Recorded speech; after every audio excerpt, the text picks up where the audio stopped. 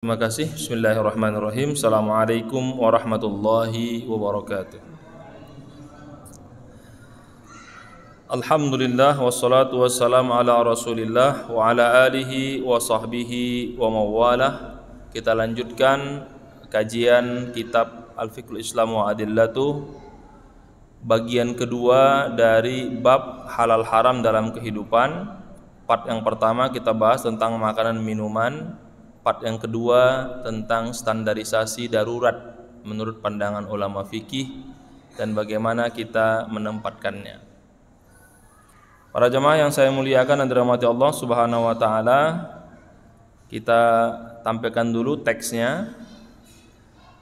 Dikatakan di situ ad-darurah nazariyah mutakamilah tashmal jami' ahkamis syara' yatarattabu 'alaiha ibahatul mahzur wa tarkul wajib.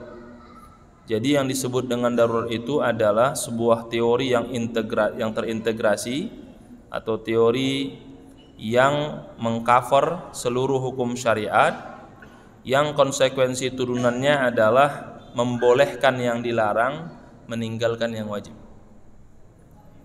Jadi dalam hukum kaidah fikih itu ada namanya azimah, beribadah secara normal, ada namanya rukhsah, beribadah dalam keadaan tidak normal tapi tidak meninggalkan wajib, diberikan keringanan dia, maka muncul nanti jamak qashar, sholat 4 jadi 2. Tapi ada kaidah lain disebut dengan ad-darurah, yaitu darurat, dan istilah ini sering kita gunakan kalau sudah mentok atau tidak punya alternatif pilihan lain. Gimana ini? Tolong darurat. Gimana ini? Ini sudah tidak bisa lagi dilakukan dengan cara yang normal, harus dengan cara-cara yang lain. Nah, itu namanya darurat ya. Kalau bahasanya hukum itu extraordinary, nah, dia sudah tidak bisa normal lagi. Sehingga dikatakan di sini darurah adalah teori yang terintegrasi, mengcover seluruh hukum syariat. Konsekuensinya ibahatul mahzur tarkul wajib, membolehkan yang dilarang, meninggalkan yang wajib. Apa itu darurat? Pengertiannya al-khawfu 'alan nafsi minal halaki ilman ay qat'an au zannan. Yang dimaksud dengan darurat adalah rasa takut atau memperhitungkan bahwa jiwanya akan binasa kalau tidak dilakukan, baik yang secara pasti akan menghilangkan jiwanya atau diduga kuat akan menghilangkan jiwanya. Jadi yang pertama qat'i, ini sudah pasti kalau dilakukan, kalau nggak dilakukan akan mati. Satu lagi diduga kuat atau mendekati pasti bahwa ini akan mati. Nah, kira-kira begitu, itu pengertian darurat. Fala yashtaritu an yasbira hatta yushrifa 'alal maut. Ketika berlaku teori atau hukum kaidah darurat ini, maka tidak harus dipersyaratkan kita bersabar atau menunggu atau diam sampai kita sudah di jurang kematian atau mau udah sakaratul maut. Nah, tidak lagi menunggu itu, langsung dikerjakan karena sudah pasti ini kalau tidak dilakukan akan menghilangkan jiwa atau diduga kuat pasti menghilangkan jiwa. Jadi jangan tunggu dulu sudah 5 detik lagi mau wafat baru, nggak bisa. Fala yashtarit. Wa hukmuha fil mazahibil arba'ah, karena tadi kita membahas tentang bab halal haram dalam kehidupan, kan begitu. Dan part pertama kemarin makanan minuman, yang kedua ini standarnya wujubul akli minal muharram bimiqdari ma yasuddu ramquhu ay baqiyata hayatihi. Hukumnya 4 mazhab sepakat, Hanafi, Maliki, Syafi'i, Hambali, wajib memakan meskipun itu haram dengan ukuran atau standar yang dengan makanan itu dia bisa melanjutkan hidupnya. Wa ya'manu ma'ahul maut, memastikan dia tidak kehilangan jiwa. Jadi ada standarnya. Apa dasarnya? Allah berfirman pada surah Al-Baqarah ayat 195, A'udzubillahi minasyaitonirrajim, faman iturra ghaira bagin wala 'adin fala isma 'alaihi. Kalau sudah terdesak dan dalam keadaan darurat, tidak ada kezaliman dan permusuhan atau melampaui batas, maka tidak ada dosa atasnya. Artinya boleh. Wa qauluhu, memperkuat ayat di atas, wala tulqu bi aidikum ila tahlukah. Janganlah kalian membuat diri kalian atau menjadikan diri kalian berujung kepada kebinasaan atau mati konyol. Wa qauluhu wala taqtulu anfusakum, dalam surah An-Nisa ayat 29, janganlah kalian membunuh diri kalian sendiri. Jadi bunuh diri itu ada dua, bunuh diri yang langsung dia lakukan atau bunuh diri sebagai sebab karena perbuatan dari apa yang dia ambil dari konsekuensi hidupnya. Kalau bunuh diri langsung kan minum racun meninggal gitu. Kalau bunuh diri secara tidak langsung, sudah jelas di jalan tol itu nggak boleh nyebrang, dia nyebrang. Nah, itu juga sama, itu bunuh diri. Karena tidak boleh kan nyebrang di situ. Fa inna tarkal akli wasyurbi hatta halaka faqad asa. Kenapa empat mazhab sepakat bahwa ini harus dikerjakan? Karena meninggalkan makan dan minum sampai dia binasa karena makanan dan ini itu haram hukumnya, sementara tidak punya pilihan lain, dia sedang bermaksiat kepada Allah. Jadi ayo makan, oh itu nggak boleh, kalau kita akan mati nih, gimana? Saya nggak mau, ayo sampai mati. Itu menurut para ulama dia telah bermaksiat kepada Allah. Kenapa? Li'anna fihi ilqa'un ila tahlukah wa huwa manhiyun anhu fi muhkamit tanzil. Karena itu membuat dia mati konyol dan binasa, sementara dalam Al-Qur'an itu dilarang untuk membunuh dirinya sendiri. Wa li'annahu qadir ala ihya'i nafsihi bima ahallahu Allahu lahu falazimahu kama law kana ma'ahu ta'amun halal. Diumpamakan karena dia mampu menghidupkan dirinya dengan memakan yang halal, maka dengan memakan yang haram pun boleh, tetapi sekedar dia agar bisa bertahan hidup.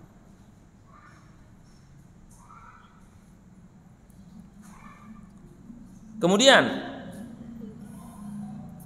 bagaimana kalau orang yang berpenyakit tidak mau mengkonsumsi obat yang dia tidak yakin itu akan membuat dia sembuh? Nggak, keyakinannya belum mutlak. Itu dikatakan itu tidak wajib baginya harus minum obat itu, dan tidak dihitung bermaksiat kepada Allah karena dia tidak yakin 100% dengan obat itu. Nah, misalnya dia sudah sakit luar biasa parah, tidak punya pilihan lain kecuali obat ini haram hukumnya, tapi dia masih merasa tidak yakin meskipun pakar kedokteran, medis semua sudah mengatakan ini bagus, dia tidak yakin. Maka ketika dia mati karena tidak meminum obat itu, dia tidak masuk dalam kategori tidak mengerjakan yang wajib atau bermaksiat kepada Allah seperti penjelasan di awal tadi. Ini terkait dengan orang-orang yang menolak waktu itu fatwa MUI tentang COVID.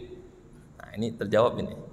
Karena dia tidak yakin, ya sudah, tidak dipaksa kan? Karena kalimatnya man imtana'a 'anit tadawi hatta mata la yajibu 'alaihi wa la ya'si bitarki iz la yatayaqqanu anna ad-dawa'a yashfihi. Jelas kalimatnya. Jadi dia harus keyakinan mutlak atau mendekati keyakinan pasti bahwa kalau dia tidak mengkonsumsi itu dia akan mati. Itu baru dia bermaksiat kepada Allah Subhanahu wa ta'ala. Tapi kalau dia nggak yakin, tidak masuk kategori itu. Mazhab Hambali memberikan satu pandangan yang cukup menarik. Menurut mazhab Hambali, yajibu 'alal muttar taqdimus su'al ay al-istijda' ala aklil maitah. Menurut mazhab Hambali, kalau dia dalam posisi kelaparan dan akan menjelang mati, dia boleh mencari makanan meskipun itu mayat atau bangkai. Bahkan kata mazhab Hambali wajib dia mencari. Jadi misalnya dia di satu hutan, atau kalau kisah dulu tenggelamnya kapal Tampomas ya, atau apa itu tsunami itu ya, yang katanya di laut berhari-hari, bolehkah dia makan bangkai atau mayat? Tidak punya pilihan, udah nyari nggak ada. Nah, itu menurut mazhab Hambali dia wajib harus memakan mayat atau bangkai itu agar bisa bertahan hidup. Wakila, tapi pendapat yang lain, tidak mayoritas dari mazhab Hambali, tidak diwajibkan. Kenapa? Karena dia merasa memakan mayat itu justru membahayakan.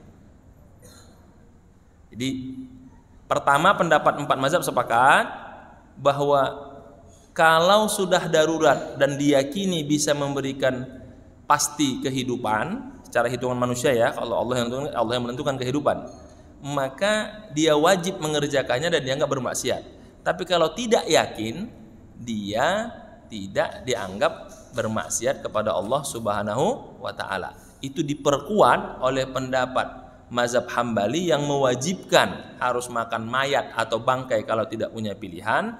Tapi sebagian pendapat mazhab Hambali, waqila, pendapat lainnya mengatakan tidak wajib, karena tujuan dia hidup dengan tidak membuat dia akan terkena penyakit atau mati. Karena makan bangkai, makan mayat kan itu berbahaya itu. Bukan tambah sehat sebenarnya kan begitu, malah menimbulkan bahaya. Itu pandangan beberapa ulama. Apa dasarnya? Dasarnya ada, kata mazhab Hambali mengutip dari sebuah riwayat ketika Abdullah bin Hazafah As-Sahmi itu ditahan oleh kerajaan Romawi. Waktu itu beliau mengirim surat kan, waktu itu Nabi memerintahkan sahabat untuk menjadi duta-duta mengirim surat kepada raja-raja yang ada di luar kota Madinah. Yang dikirim ke Romawi, ke daerah Ghassan, yang perwakilan Konstantinopel itu, yang Bizantium, itu ditahan. Abdullah bin Hazafah ini ditahan dan tidak dikasih makan. Dan dia kalau makan hanya boleh 2, makan daging babi dengan minum minuman keras. Dia nggak mau. Nah, kata ini, setelah 3 hari kata pengawal kerajaannya, kamu harus makan karena engkau akan mati. Kata Abdullah bin Hazafah, benar bahwa sebenarnya Allah memerintahkan saya untuk boleh memakan yang haram sebagai bentuk kebolehan karena darurat, tapi saya merasa meminum minuman keras dan memakan babi itu tidaklah lebih mulia dari saya bertahan hidup, mending saya mati saja. Nah, itu jawaban dari Abdullah bin Hazafah. Dalam hadis ini tidak disalahkan pendapatnya, sehingga ini menjadi dasar kalau dia tidak meyakini bahwa itu membuat dia lebih baik hidup atau tidak, maka tidak menjadi kewajiban. Wa bihaza la yahillu idza adda ila al-maut ala kullar ra'yani as-sabiqaini. Jadi 2 pendapat ini patokannya wajib karena akan memberikan dia kehidupan, tapi yang satu lagi tidak wajib karena kalaupun dia hidup, dia akan memakan makanan yang diharamkan yang menurut dia tidak akan membuat dia mulia dengan hidup itu. Nah, mending mati saja. Atau sebaliknya, kalaupun dia hidup dengan memakai mayat atau bangkai, nanti akan ada penyakit yang dibawanya setelah itu. Nah, itu tidak masuk ke dalam dia wajib harus memakan bangkai tersebut. Tapi kalau yang dimakan itu tidak berbahaya dan dia meyakini tidak akan membuat dia lebih baik, maka hukumnya menjadi wajib karena bertahan hidup itu diwajibkan daripada untuk mati. Karena kalau mati selesai, tidak bisa ibadah lagi kan, kecuali 3 perkara: anak soleh, sedekah jariah, ilmu bermanfaat. Tapi kalau hidup masih ada untuk memperbaiki diri, sehingga 4 ulama sepakat hidup itu lebih mulia. Maka melakukan hal yang darurat itu menjadi wajib atas nama agar bertahan hidup. Tapi saddir ramak, sesuai dengan kebutuhan, tidak boleh berlebihan. Kita lihat apa syarat dan ketentuan batasan disebut dengan darurat itu. Ada namanya syurut, ada namanya dawabit. Ketentuannya apa, batasannya? Satu, antakunad darurah qa'imah la muntazirah fil mustaqbal. Syarat pertama atau batasan dikatakan darurat itu bahwa darurat itu dipastikan bahaya itu jelas di depan mata, bukan nanti. Artinya, wah, ini kemungkinan ke depan, masa akan datang, enggak. Sudah jelas di depan mata, kalau tidak diambil maka akan menghilangkan kematian. Kasus Covid kemarin kan itu menurut para ulama di depan mata, kematian banyak. Kalau tidak diambil secepatnya maka akan bahaya gitu. Maka itu menurut MUI saat itu darurat. Maka keluarlah fatwa kita mengkonsumsi vaksin Covid itu meskipun semua vaksin masih haram. Kecuali waktu itu yang sudah dikeluarkan fatwa MUI halal itu Sinovac masih. Yang lain kan masih haram itu. Tapi di depan mata, itu pertama syarat. Yang kedua, an yata'ayyana 'alal mubtar irtikabul mahzur syar'i, ay alla yakuna hunaka wasilah ukhra minal mubahat lidaf'il hazar illa tanawul haram. Tidak punya pilihan lain. Nah, ini kasus kedua ini, kalau masih ingat kasus pada masa MUI, masa SBY ketika tidak punya vaksin haji kecuali yang pakai babi. Vaksin meningitis itu tidak punya pilihan lain. Sudah dibeli triliunan. Kalau diganti berangkat haji tidak mungkin diterima oleh Saudi karena harus vaksin kan. Yang dibeli vaksin babi.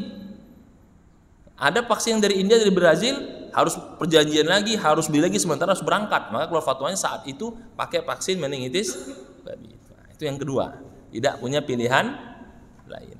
Nah, itu perlunya kita itu punya perwakilan pemimpin yang muslim, biar mikirnya itu takut sama yang haram.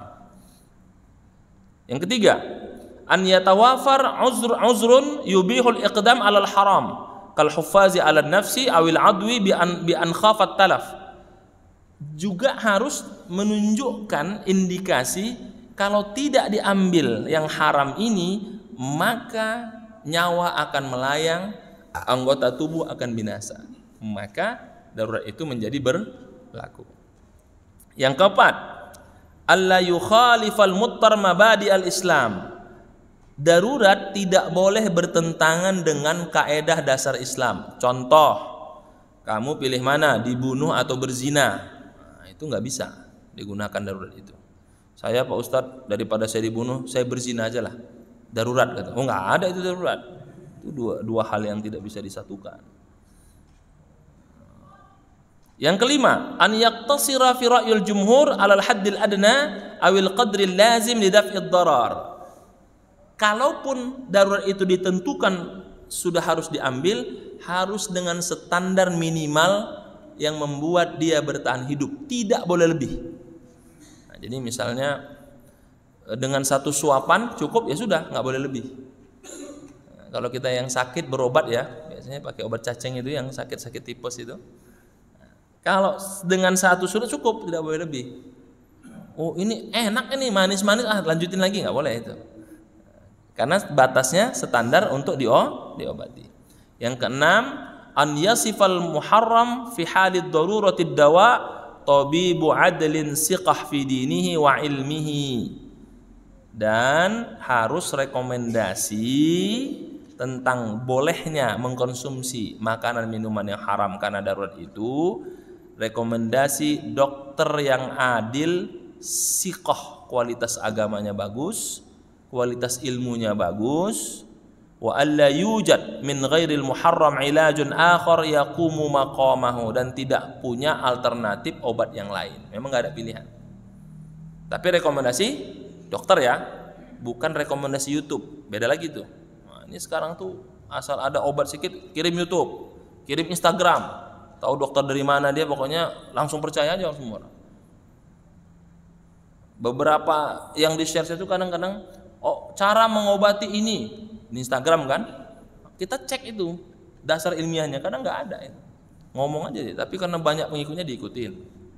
Ngomong di YouTube lagi, kata dokter ini dia sudah berpengalaman puluhan tahun jadi dokter, dicek ternyata bukan dokter, dia jadi mantri aja puluhan tahun. Nah, itu juga tidak ada dasar ilmiahnya. Jadi memang rekomendasi dokter yang spesialisnya diakui, kompetensinya bisa dipertanggungjawabkan, dan kualitas keislamannya juga bisa dipertanggungjawabkan, dan tidak ada alternatif lain terkait obat tersebut. Apakah darurat itu hanya untuk orang yang musafir atau yang bermukim juga? Hal-hal yang sifatnya darurat, mau dia musafir, mau dia dalam keadaan mukim, mau dalam keadaan tenang, mau dalam keadaan tidak tenang, berlaku sama. Kalau sudah darurat, maka hukumnya wajib harus dilakukan meskipun melanggar yang haram. Kenapa? Karena ayatnya mutlak, famaniturra ghaira baghin wala 'adin fala isma 'alaih. Kemudian kenapa dia boleh? Karena kebutuhan untuk hifzun nafsi anil halak. Apa itu? Menjaga diri dari kebinasaan. Nah, ini yang memang harus diambil oleh para ahli yang spesialis mengatakan ini darurat atau tidak. Jadi bukan kemauan kita ya. Kemudian jenis atau sesuatu yang boleh atas dasar darurat. Yustabahu lid-darurah fil mazahibil arba'ah kulla syai'in muharram yaruddu ju'an aw atashan kal maitah min kulli hayawan wal khinzir wa ta'am al-ghair wa nahwi. Yang dibolehkan mengambil batasan darurat dalam makanan minum 4 mazhab itu sesuatu yang diharamkan ketika terkait dengan rasa lapar yang akan membunuhnya atau haus dahaga yang akan membunuhnya. Jadi karena kita tadi bahas makanan minuman ya, standar daruratnya, kalau kira-kira nggak makan dia akan mati kelaparan, tidak punya pilihan lain. Kalau nggak minum dia akan mati kehausan. Maka semua yang haram pun itu menjadi boleh. Bangkai babi, hewan yang disembelih tanpa membaca basmalah, makanan basi, apapun itu menjadi boleh dimakan kalau sudah kaitannya dengan lapar dan haus. Tapi mazhab Hambali memberikan pengecualian. Ada batasannya yang nggak boleh, kata mazhab apa? Yang beracun nggak boleh. Sementara yang lain mengatakan semua, kalau sudah darurat semua bisa dikonsumsi. Tapi kata mazhab Hambali kalau beracun nggak boleh. Mazhab Maliki memberikan pengecualian kalau bernajis dan menjijikkan itu juga tidak diperbolehkan, kecuali khamar, minuman keras itu diperbolehkan untuk menghilangkan rasa haus, dan tidak boleh kalau ada alternatif yang lain, dan tidak juga dibolehkan berobat menggunakan minuman keras atau hal-hal yang memabukkan kalau memang ada alternatif lain, kecuali memang takut akan kematian. Jadi batasan daruratnya adalah mati. Tapi kalau hanya sakit sedikit enggak berlaku itu. Pilih mana, makan yang haram atau enggak? Emang kenapa kalau makan yang halal sembuhnya 3 bulan? Kalau makan yang haram sembuhnya sebulan. Izin dari kantor berapa? Cuma 2 minggu. Nah, cari yang lebih haram lagi, nggak bisa begitu. Nah, dasarnya kalau mau menuju kematian, dokter mengatakan tidak punya pilihan. Kemudian disepakati oleh 4 mazhab, tidak boleh juga begini. Saya dengan 3 orang teman misalnya di hutan atau di tempat yang terpencil, tidak punya makanan, mayat bangkai nggak ada. Kalau saya nggak makan minum saya akan mati. Terus saya bunuh teman saya untuk saya makan, boleh apa enggak? Itu nggak boleh. Kenapa? Karena dia masih hidup. Nah, itu kalau dia membunuh, baik dia muslim atau non muslim, atau mengambil tangannya diambil untuk makan karena lapar, itu diharamkan. Kenapa? Karena tujuan darurat itu menyelamatkan dari kematian, tapi bukan membuat kematian yang baru terhadap orang lain. Jadi nggak boleh ya. Jadi maaf ya, tangannya saya ambil 1, darurat, nggak bisa, karena dia masih hidup. Terus bagaimana kalau dia sudah mati? Boleh nggak kita makan? mayoritas ulama mengatakan boleh kecuali madzhab Syafi'i. Kenapa? Karena mayat itu baik hidup ataupun sudah mati itu suci, tidak bisa dikonsumsi. Silahkan yang lain. Tapi kalau tidak punya pilihan lain dan yang hanya adalah mayat non muslim atau yang lain boleh. Tapi kalau mayat itu adalah orang soleh selevel dengan Nabi kata beliau, kata mazhab Syafi'i, ya jangan.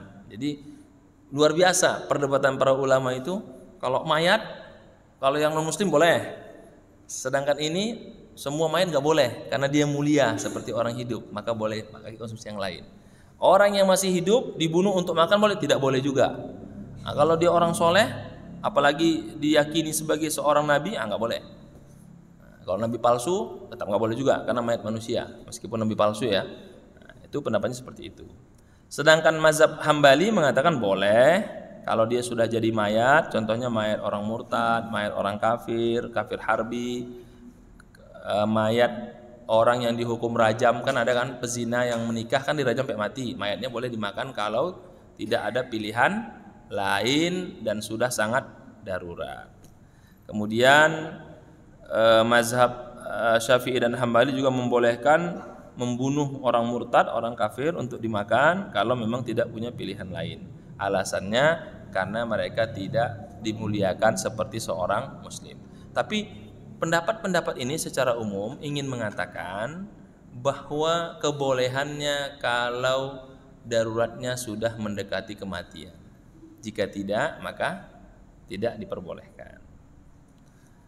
Sekarang berobat menggunakan minuman keras, boleh atau tidak? 4 mazhab sepakat berobat menggunakan barang yang haram seperti minuman keras, alkohol dan lain sebagainya, hukumnya haram. Sebagaimana diharamkan dipakai untuk makanan, untuk perhiasan, untuk apapun namanya. Kenapa? Karena Rasulullah pernah bersabda dari hadis Sahih Bukhari, innallaha lam yaj'al shifaakum fima harrama alaikum, innallaha khalaqad da'wad dawa fatadawaw wa la tatadawaw biharam. Jadi 4 mazhab sepakat menggunakan minuman keras, alkohol, barang yang haram tidak boleh untuk berobat karena hadisnya mutlak haram hukumnya. Tetapi kalau dalam keadaan darurat menjadi boleh. Kita lihat apa mazhab Hanafi. Boleh menggunakan obat yang diharamkan kalau dia yakin memang itulah satu-satunya yang bisa menyembuhkan. Tadi kan ada keyakinannya. Mazhab Syafi'i mengatakan haram kalau dia murni. Tapi kalau bercampur dibolehkan. Jadi kandungan alkoholnya tidak banyak, persentasenya kecil. Kemudian bolehkah kita kalau begitu? Mazhab mengatakan sepakat haram dipakai. Mazhab Hanafi mengatakan boleh kalau yakin itu menyembuhkan, tidak punya pilihan lain. Mazhab Syafi'i mengatakan boleh tapi tidak boleh murni, yang haram bercampur, nggak ada masalah, kombinasi dia digabungkan gitu, fermentasi misalnya itu boleh. Tapi kata pengarang kitab ini, kalau menggunakan yang haram itu bisa mempercepat pengobatan dan rekomendasi dari seorang dokter muslim yang dipercaya, maka itu dibolehkan. Nah, coba pendapatnya di atas tuh haram mutlak tuh 4 mazhab haram. Ya lihat dia perubahannya nih ya. Qala a'immatul mazahib al-arba'ah. 4 mazhab mengatakan Hanafi, Maliki haram. Turun ke bawah lagi, tapi Hanafi memberikan notif. Kalau yakin itu menyembuhkan dan tidak ada alternatif yang lain, boleh. Turun lagi mazhab Syafi'i, kalau yang haram itu tidak murni, artinya fermentasi gabungan, boleh. Lihat kan pertama nggak boleh ya. Di bawah lagi, kalau rekomendasi dokter muslim yang dipercaya keislamannya, boleh. Bahkan untuk mempercepat pengobatan. Tapi syaratnya an yakunal qadrul musta'mal qalilan la yuskir, dengan catatan yang digunakan apa? Tidak banyak sesuai kebutuhan dan tidak memabukkan. Berarti kalau orang yang Kan ada itu beberapa pasien itu saya pernah ketemu, kalau sudah habis di di belakang itu yang di apa istilahnya itu ya, biopsi ya. Itu kan salah satu resepnya kan biasanya dikasih morfin itu supaya menahan rasa sakit gitu. Nah, kalau menggunakan pendapat mazhab ini haram hukumnya. Karena kandungan morfinnya itu supaya dia play jadi nggak merasakan sakit habis biopsi itu. Saya ada dokter saya tanya itu. Tapi kalau kandungannya sedikit, sekedar untuk menghilangkan rasa sakit, kalau menurut pendapat di akhir boleh. Kenapa? Karena dokter rekomendasi telah dihitung. Yang nggak boleh itu apa? Melebihi itu. Makanya rekomendasi yang beli morfin di beberapa apotek itu biasanya kalau nggak ada surat dokter, dia nggak mau itu. Harusnya difotokopi misalnya, dia nggak berani itu. Karena itu kalau ketahuan akan melanggar perundang-undangan itu. Makanya dokter itu waktu itu saya tanya, gimana itu dokter? Iya Ustaz, kalau saya nggak stempel basah itu nggak boleh, itu nggak akan berani itu apotek memberikannya. Harus stempel basah dan ada tanda tangan saya, nanti kalau ada masalah saya yang kena. Oh begitu. Nah, kalau menggunakan penjelasan dokter yang saya tanya itu tentang rasa sakit itu boleh, karena di bawah dikatakan bisyartin ikhbari tabibin muslim adlin. Syaratnya apa? Rekomendasi dokter muslim yang adil, artinya yang kompeten. Jadi lagi-lagi pandangan fikih luar biasa. Apa? Hebatnya hukum itu haram, tapi ketika ada maslahat di dalamnya dan dokter itu diakui kualitas keilmuan, dibolehkan, tapi dengan standar yang tidak melebihi sampai memabukkan. Bagaimana menghitung urutannya tentang makanan-makanan yang dibolehkan karena darurat? Pertama, mayoritas ulama mazhab Hanafi, Syafi'i dengan Hambali, kalau dia lapar nggak punya makanan, urutannya apa? Makan bangkai. Habis itu, habis makan bangkai, makan makanan orang lain yang tidak jelas punya siapa. Terus memakan hewan yang disembelih tidak dengan mengucap nama Allah. Kenapa? Karena urutan dalam Al-Quran dan dalam hadis, bangkai dulu kan urutannya, baru yang lainnya. Tapi menurut mazhab Maliki, mana yang lebih cepat membantu dia untuk bertahan hidup? Menurut mazhab Maliki, maka makan daging babi lebih awal, baru kemudian bangkai dan seterusnya. Tetapi rujukannya adalah mana yang memberikan dia cepat bertahan atau tidak. Nah, jadi kalau mazhab Maliki itu mana yang lebih utama diambil, mazhab mayoritas ulama Hanafi, Syafi'i, Hambali, bangkai dulu, ada urutannya. Kan kalau kita baca dalam Al-Quran itu hurrima alaikumul maitata waddama, itu urutannya itu diambil. Kalau dalam keadaan darurat, sesuai dengan urutan Al-Quran, maitah waddama walambal khinzir walahmal khinzir wa ma'uhla bil ghairillah, itu urutannya. Tapi menurut Maliki tidak, mana yang paling cepat didapatkan, bisa membantu untuk selamat dari kehidupan, ya silahkan, nggak harus urutan dari bangkai dulu baru dan seterusnya. Daging babi yang ada itu yang dimakan supaya bertahan hidup. Tapi bisa dirromak dengan, kalau dengan satu suapan selamat cukup, kalau dengan dua suapan selamat cukup, kalau dengan tiga tegukan selamat cukup, yang keempatnya menjadi haram. Kemudian standar kalau kita mengkonsumsi sesuatu yang diharamkan itu, apakah sampai kenyang atau tidak? Yang saya katakan tadi, 4 mazhab sepakat tidak boleh sampai kenyang, ya, sekedar saja. Standarnya apa? Boleh sampai kenyang? Nggak boleh ya. Mana tahu Ustaz, enak ternyata daging babi ini, nggak boleh ya. Misalnya kalau tidak punya pilihan. Karena ada juga jamaah itu, saya diceritakan, saya tanya, kenapa ibu makan babi? Saya penasaran Pak Ustadz, katanya haram, jadi saya makan. Berdosa nggak Ustadz? Ya berdosa lah, saya bilang. Oh gimana itu? Karena saya penasaran, katanya. Kenapa dilarang Allah Subhanahu Wa Taala? Jadi saya makan sedikit, saya beli 1 porsi, katanya. Masya Allah. Jadi yang dilarang Allah ya sudah, jangan dicoba-coba. Sama dengan ini, boleh nggak? Jangan. Dalam Islam itu darurat yang membolehkan memakan yang haram. Kalau tidak, nggak boleh. Jadi kalau ditanya boleh nggak sampai kenyang, ya nggak boleh, karena standar hanya untuk selamat dari kematian. Nah, ini perlu diluruskan karena zaman sekarang sudah zamannya akhir zaman kan, ada aja orang mau nyoba mau ini gitu. Kemudian terkait dengan apakah boleh sampai kenyang, ternyata menurut mazhab Maliki, tapi tidak mutlak dari mazhab semua, ada sebagian dari kitab Al-Mu'tamad beberapa mengatakan boleh sampai kenyang. Alasannya kenapa? Alasan mazhab Maliki itu bukan kenyang dimakan semua. Misalnya dia di perjalanan nih, di hutan, tidak punya makanan lain, ada bangkai, ada babi, boleh dia berbekal. Karena perhitungannya di hutan ini bakal 5 hari lagi, maka diambil selama 5 hari untuk bekal, itu boleh kata mazhab Maliki, karena dia tidak punya pilihan lain. Tapi dengan catatan ketika nanti dia ketemu makanan halal ini dibuang, tapi dibawa untuk bekal boleh. Karena kan mencari makan susah nih, tidak punya pilihan, maka bangkai dan itu boleh diambil sebagai bekal kata mazhab Maliki, tapi dengan catatan kalau nanti sudah ketemu yang halal maka dibuang. Apa kaidahnya? Al-maslahatul ammah qad-darurah al-khassah. Jadi maslahat umum itu seperti darurat yang khusus. Jadi kepentingan umum karena memang nanti mencari sulit makanan itu dibolehkan seperti darurat dalam kasus yang khusus. Jadi bawa makanan yang haram itu dibolehkan kata mazhab Maliki. Yang 3 mazhab nggak boleh ya, mayoritas.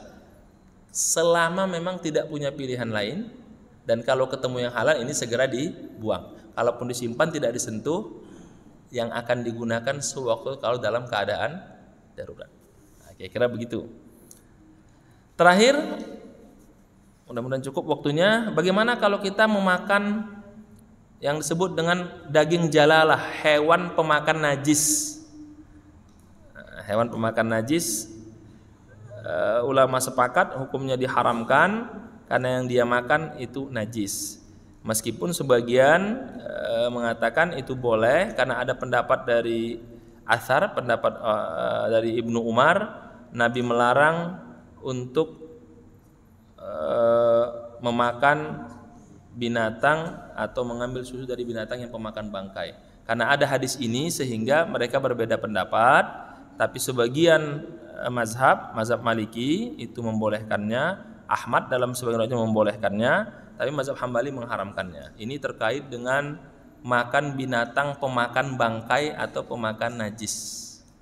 Apa itu kira-kira? Burung gagak ya, apalagi itu yang makan bangkai. Ikan piranha yang makan orang itu boleh atau tidak? Mazhab Maliki membolehkan, tapi sebagian memahrukan. Mazhabnya membolehkan, tapi Imam Maliknya mengatakan makruh. Imam Ahmad membolehkan, tapi mazhab Hambalinya mengharamkan. Mazhab Hanafi Syafi'i juga tidak menerima memakan barang-barang yang diharamkan. Terakhir, bagaimana dengan binatang atau hewan yang tidak ada di Arab tapi ada di Indonesia? Hukumnya gimana? Diambil kiasnya. Kalau kira-kira mendekati hukumnya sama, maka kalau tidak maka hukumnya tergantung kepada binatang atau makanan atau minuman itu. Jika itu mengandung hal yang diharamkan maka haram. Nah, saya beri contoh misalnya kerbau itu kan nggak ada di Arab, tapi kan analoginya dengan sapi kan, sehingga ditanya itu mana lebih afdol, kurban dengan kerbau atau dengan sapi. Nah, kalau mengambil teks-teks fikih, afdol itu sapi, karena Rasul mengatakan luhumul baqar, kan begitu. Kerbau tidak masuk kalau teks hadisnya. Tapi karena mazhab Hanafi bukan itunya maksudnya, mana yang paling banyak manfaat dagingnya, maka mengatakan kerbau. Karena itu yang ternyata lebih banyak manfaatnya. Kalau kata mazhab Syafi'i lebih dahsyat lagi, kambing. Kenapa? Karena Rasul kurbannya dengan kambing. Kata mazhab Maliki unta. Jadi itu tergantung pengambilan hukumnya. Saya ingin katakan dalam teks ini yang tidak ada teksnya, kata mazhab Syafi'i dan Hambali, hewan-hewan yang tidak dijelaskan dalam Al-Quran maupun Sunnah atau kebiasaan orang Arab, maka itu dikembalikan kepada hewan tersebut dan orang yang mengambil hukumnya, jika itu bertentangan dengan kaidah yang haram maka diharamkan, tapi jika tidak bertentangan maka itu tidak diharamkan. Kemudian kaidahnya, yang diharamkan dalam hewan itu apa yang telah Allah tetapkan, dan apa yang orang Arab biasa sebutkan maka dia halal, yang disebut orang Arab haram maka hukumnya haram. Jadi memang kita merujuk ke istilah-istilah di Arab, karena memang dari situlah sumbernya syariat ini, sehingga mengambil kiasnya, mengambil perbandingannya juga kepada pendapat para ulama dan kebiasaan di Arab. Contoh yang paling sering itu biawak ya. Kan kalau kita makan biawak itu gimana ya? Tapi di Arab dibolehkan itu. Ternyata biawaknya beda dengan biawak yang kita di Indonesia gitu. Biawak yang di Arab itu ternyata memang biawaknya itu yang panjang-panjang itu ya. Biawak kita kan beda itu. Jadi jangan sampai itu disamakan, oh berarti makan komodo boleh kan gitu. Kan beda itu. Itu kira-kira gambarannya. Yang tidak ada teksnya kata mazhab Syafi'i Hambali itu disesuaikan dengan ada teksnya, dan mana yang mendekati sesuai dengan kaedahnya. Saya kira itu yang bisa saya sampaikan. Saya ambil dulu contoh satu fatwa MUI sedikit lagi ya, langsung ada waktunya, terkait dengan obat-obatan. Kita lihat cara pengambilan MUI dalam mengambil di mana itu darurat. Nah, kita lihat di sini. Pertama, dia menggunakan yang bawah ini. Allah mengharamkan bangkai, darah, daging babi dan disembelih oleh Allah, tapi kalau dalam keadaan darurat boleh. Nah, sama ya dasarnya. Kemudian yang kedua, dia menggunakan ayat yang kedua, Allah telah menentang mana yang haram, tapi kalau terdesak boleh. Yang kedua tadi kita baca, wala tulqu bi aidil tahlukah, sama juga. Kemudian dari hadis Nabi apa? Tidak boleh menggunakan obat apapun yang haram, karena Allah pasti sudah menurunkan setiap penyakit ada obatnya. Dan semua obat itu pasti ada kecuali penyakit lanjut usia. Kemudian yang kedua, Rasul menolak menggunakan barang-barang yang haram. Tetapi ketika darurat maka dibolehkan dengan mengambil la darara wala dirar. Jadi dan kaedahnya yang diambil sebatas kebutuhan. Apa itu? Ad-darar yuzal, darul mafasid maqadil masalih, mengutamakan menghindari kerusakan lebih utama daripada mengambil manfaat. Kalau ada dua hal sama-sama rusak maka ambil yang paling kecil bahayanya. Kemudian bahaya yang paling berbahaya itu yang dihilangkan dengan mengambil bahaya yang lebih kecil. Ini kira-kira kaedahnya, dan ini sama dengan yang kita bahas bahwa sesuatu yang darurat bisa membolehkan yang haram, dan darurat itu sesuai dengan ukurannya dan kebutuhannya sesuai dengan standarnya. Jadi boleh menggunakan obatan dari najis jika tidak punya pilihan lain, karena masalah kesehatan dan keselamatan itu lebih diutamakan daripada kematian dan menghindari najis. Jadi hampir sama ya rujukannya yang diambil oleh MUI terkait dengan memahami darurat. Saya kira itu, mungkin 1-2 silahkan ada yang mau bertanya. Assalamualaikum warahmatullahi wabarakatuh.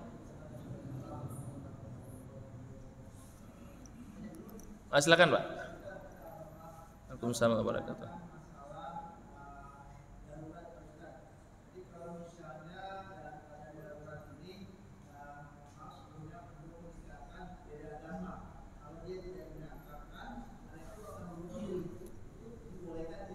Oke. Yang pertama,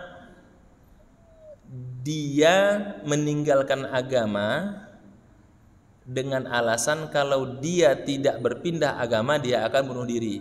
Itu sama dengan penjelasan tadi, dalam ketentuan darurat dia tidak boleh menghalalkan yang sudah mutlak dalam agama. Contoh, bunuh diri hukumnya haram. Jadi tidak boleh dia meninggalkan agama dengan ancaman sesuatu yang telah diharamkan, sehingga itu tidak masuk darurat. Seperti contoh tadi, dibunuh atau berzina. Kamu pilih mana? Berzina secara live atau dibunuh? Nah, itu nggak bisa milih begitu. Nah, sama dengan tadi itu, bunuh diri atau pindah agama. Yang kedua, itu dikisahkan kalau dibuka dalam surat Luqman, ketika saat Ibnu Abi Waqqas itu masuk Islam, lalu ibunya bersumpah tidak akan makan, tidak akan minum sampai saat Ibnu Abi Waqqas itu kembali ke dalam agamanya, kan begitu kan? Kalau enggak, biar aja saya mati kelaparan. Saat nangis lapor ke Nabi, bagaimana? Turunlah ayat kan? Wa in jahadaka ala an tusyrika bima laisa laka bi ilmun fala tuti'huma wa sahibul ma'ruf.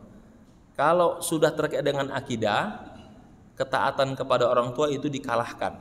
Karena terkait dengan akidah. Tadi itu bunuh dengan akidah sama, akidah itu tidak boleh dikorbankan karena dalam 5 pokok agama menjaga akidah itu nomor 1. Kedua, menjaga jiwa, ketiga menjaga akal, keempat menjaga kehormatan, kelima menjaga harta. Jadi ada urutannya disebut dengan apa?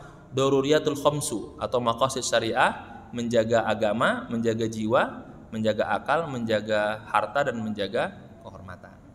Jadi tidak bisa itu digabungkan. Terkait dengan kisah tadi juga kata Sa'ad, wahai ibunda, aku sudah menghadap kepada Rasulku dan Allah mengatakan silahkan engkau, nggak apa-apa, nggak makan sampai mati, aku tidak akan meninggalkan agamaku. Karena melihat anaknya serius, akhirnya ibunya berubah dan akhirnya masuk Islam kan. Dan ayat itu diabadikan, tidak boleh mematuhi keinginan makhluk untuk bermaksud kepada Sang Khalik. Nah, tadi meninggalkan agama itu maksud kepada Sang Khalik, bunuh diri itu kepada dirinya sendiri. Jadi tidak bisa dipertentangkan. Tidak ada pilihan dan tidak ada darurat. Begitu Pak. Allah bisawab. Ya, ada satu lagi cukup? Ya, silakan.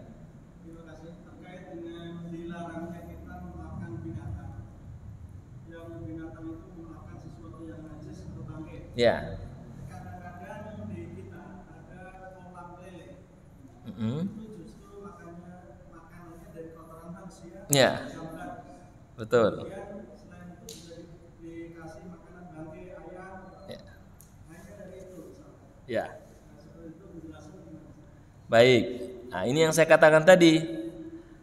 Orang yang terbiasa makan konsumsi begitu, itu para ulama berbeda pendapat. Sebenarnya bukan kepada keharamannya, tapi karena ada sebuah pendapat dari Ibnu Umar yang meriwayatkan sebuah hadis, tapi hadisnya Hasan Gharib. Hasan Gharib itu berarti di bawah sahih, di atas dhaif, tapi bermasalah sanadnya. Apa kata Ibnu Umar? Ada hadisnya bahwa Nabi melarang kita memakan hewan yang pemakan najis dan tidak boleh mengambil susunya, kan begitu. Pertanyaannya, kenapa ulama berbeda pendapat? Hambali mengatakan haram karena dia meyakini hadis ini sahih. Mazhab lain, Maliki, mengatakan tidak, makruh karena hadisnya Hasan Gharib, bermasalah. Syafi'i, Hanafi mengatakan tidak masalah. Jadi lebih kepada teks hadisnya ada, tapi kualitas hadisnya itu ulama berbeda pendapat, sehingga ketika hadis itu dipahami berbeda kekuatannya, maka hukumnya pun berbeda-beda. Jadi tidak mutlak. Bahkan kalau kita lihat fatwa MUI, makan cacing boleh nggak? Boleh. Ada fatwanya. Makanya saya sampaikan terkait dengan makan cacing ya. Boleh nggak makan cacing? Nah, boleh. Budidayanya nggak ada masalah. Budidaya cacing, jangkrik kan sempat rame itu. Ini fatwa tahun 2000, sempat waktu itu rame. Nah, fatwanya mengatakan, pertama, hukum yang berkaitan dengan cacing. Cacing adalah jenis hewan yang masuk dalam kategori hasyarat, hewan melata. Membenarkan adanya pendapat ulama Imam Malik, Ibnu Abi Layla, Auza'i menghalalkan memakan cacing sepanjang bermanfaat dan tidak membahayakan. Dan pendapat ulama yang mengharamkan memakannya karena jijik. Tapi bisnis cacing tidak untuk dimakan, boleh. Kemudian membudidayakan cacing untuk dimakan burung, untuk pakan dijual, hukumnya boleh. Karena menjijikkan itu, kata mazhab Maliki, kalau nggak jijik kan boleh berarti. Nah, kira-kira begitu ya. Nah, itulah akhirnya masuk perbedaan pendapat, boleh nggak makan cacing kalau sakit tipes itu. Nah, saya termasuk nggak mau karena saya jijik itu. Nah, yang kan saya di kampung itu biasa makan cacing itu langsung ditelan gitu. Dan masya Allah memang sehat. Saya beberapa ketemu jemaah di kampung itu, saya tipes Pak Ustadz, minum cacing itu langsung, saya dilihat langsung, nggak kuat saya. Memang sehat, 2 minggu sehat dia. Saya tipes 3 bulan nggak sembuh karena minum obat dari dokter aja. Nah, saya katakan haram Ustadz, pendapatnya ada saya bilang, tapi saya nggak sanggup makannya saya bilang. Akhirnya dikasihlah itu, apa itu? Permin ya, yang sudah dijadikan kapsul ya, itu udah ada logonya halal ya, sudah silahkan dikonsumsi. Dan ternyata nggak sembuh juga, nah, karena memang dia fermentasi ya. Yang itu langsung sembuh itu. Nah, itu pendapatnya ada gitu. Karena dasar haramnya menjijikkan. Kemudian jangkrik. Nah, jangkrik boleh nggak dimakan? Ternyata jangkrik itu serangga sejenis belalang. Maka membisniskannya, membudidayakannya, memakannya hukumnya boleh. Tapi ada kalimatnya, sepanjang tidak menimbulkan mudarat. Nah, itu kalimatnya. Ada kalimatnya kan? Sepanjang tidak membahaya. Nah, jangkrik bos, nah, berarti boleh makan jangkrik. Kan begitu ya. Oke. Nah, jadi memang ketika saya membaca hukum darurat fikih itu, saya coba cari fatwa MUI. Ternyata memang ada perbedaan dalam memahaminya, karena ada hewan-hewan yang tidak ada di Arab misalnya tadi, yang nggak ada teksnya, nggak bisa kita hukumi, maka dikembalikan kepada ijtihad ulama setempat. Nah, makanya orang Arab tanya, apa hukum makan jangkrik? Orang Arab bingung, dia jangkrik apa, kan begitu. Nah, itu hanya di Indonesia ada jangkrik, kan begitu. Sebaliknya makan biawak hukumnya boleh. Di kita biawak yang gimana, kan begitu. Yang kemarin saya ceritakan kayak kodok itu ya, gimana makan kodok itu? Nah, itu kan jadi permasalahan tuh. Nah, jadi alasan-alasan hukum itu seperti tadi makan yang bangkai tadi, pemakan bangkai itu diharamnya oleh Hambali karena dia meyakini teks hadisnya sahih. Sementara yang lain tidak mengatakan itu sahih, tapi hasan atau hasan gharib, sehingga jatuhnya oleh Imam Malik makruh, oleh Imam lain boleh. Tapi ada kalimat di bawah, sepanjang tidak menimbulkan bahaya atau mudarat. Begitu Pak. Kalau misawab, mudah-mudahan. Atau yang dulu masih ingat ya, yang kasus kopi luwak itu kan rame itu. Itu kan juga sempat rame, apa hukumnya makan kopi luwak, kan itu dari yang dimakan langsung kotorannya kan. Saya bilang tunggu aja fatwa MUI. Fatwa mengatakan boleh, ya sudah. Tapi saya merasa nggak nyaman Pak Ustadz. Ya udah nggak usah dimakan, selesai kan. Jangan dipersoalkan gitu. Kalau nggak senang nggak usah dimakan gitu. Bisnisnya boleh karena itu kan perbedaan pendapat. Jadi yang bisnis cacing boleh, jangkrik boleh, karena tidak ada larangan. Yang nggak boleh itu dimakan. Itu pun kalau menjijikkan. Saya kira itu, semoga bermanfaat. Allah berikan keberkahan. Nanti kita akan masuk ke part yang ketiga. Kalau ini tentang standar darurat, part ketiga ini tentang pakaian dan yang lain-lainnya. Ada sekitar 6 bagian. Nanti kita akan lanjut sesuai dengan materi yang akan kita bahas. Demikian, wa'alafu minkum. Subhanakallahumma bihamdika asyhadu an la ilaha illa anta astaghfiruka wa atubu ilaik. Walhamdulillahirabbil alamin. Assalamualaikum warahmatullahi wabarakatuh.